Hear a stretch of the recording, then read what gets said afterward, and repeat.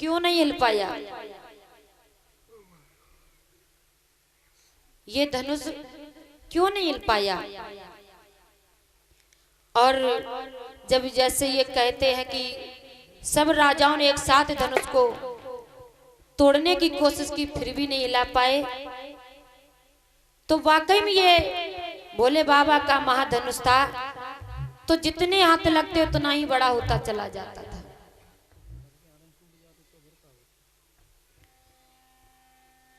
अब जब टूटा नहीं तो उसकी बात ही खत्म।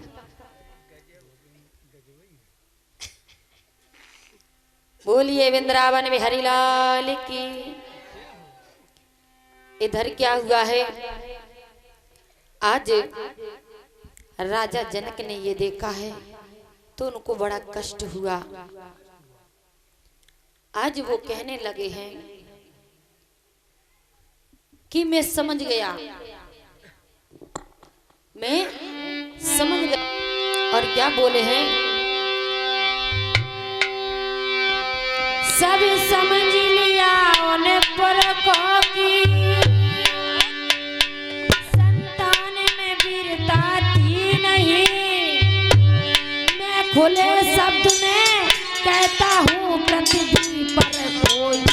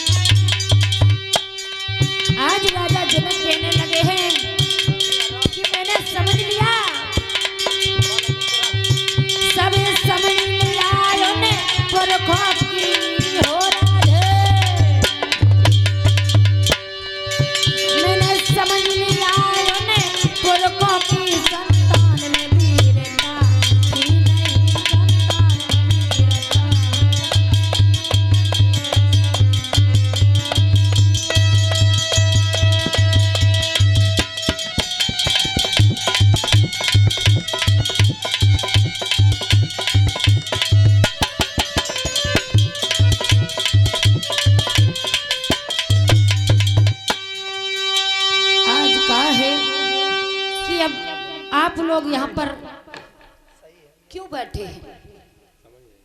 जाइए। आज जितने राजा महाराजा थे बड़े बड़े अरमान लेकर के आए कि हमारा विवाह होगा सीता के साथ, हमारा स्वयंवर होगा सीता के साथ। जब धनुष टूटा नहीं तो राजा जनक कहने लगे, जब नहीं टूटा तो क्या कर रहे हो, जाओ यहां से। तो अब हुआ क्या है, इधर जब ये शब्द सुना है तो लक्ष्मण कहने लगे हैं, आज लक्ष्मण को क्रोध आ गया है। और क्या कहने लगे हैं, जो आज्ञा गुरु की पा जाऊं, काहे जो आज्ञा गुरु की पा जाऊं तो ब्रह्मांड को हिला डाले।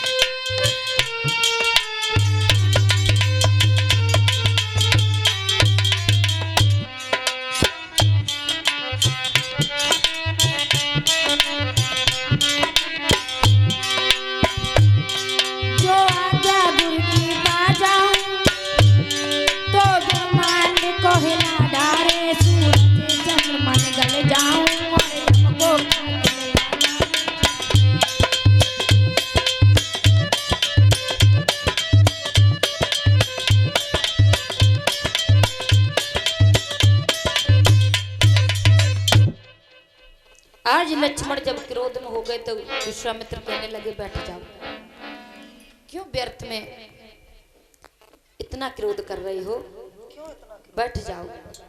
आज गुरु की बात मान ली, लक्ष्मण बैठ जाते हैं।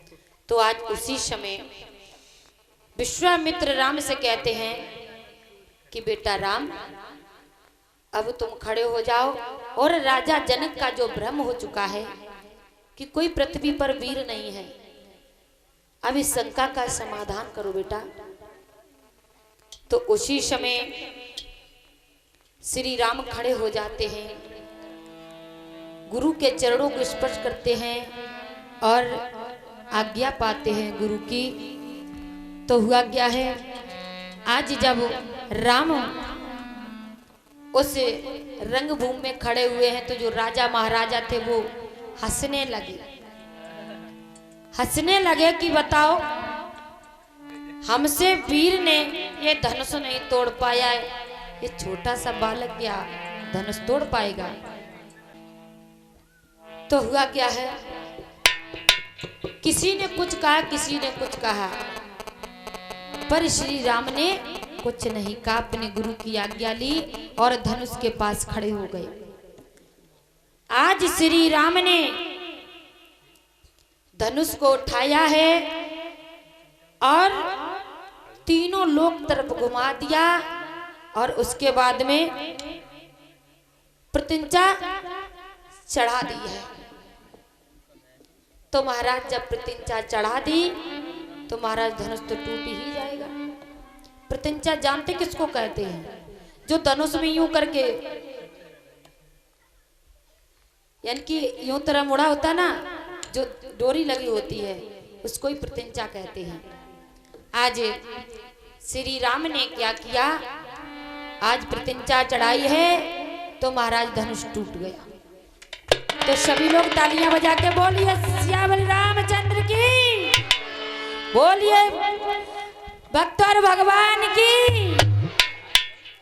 तो अब क्या होता है, अब इधर महाराज जब धनुष टूट गया तो सीता की सखियां सीता को लेकर के आ जाती हैं। आज बहुत सुंदर कवि ने कल्पना की है, रंगी भूमि सिया पगे धारी, सकले देके मोहे नर नारी।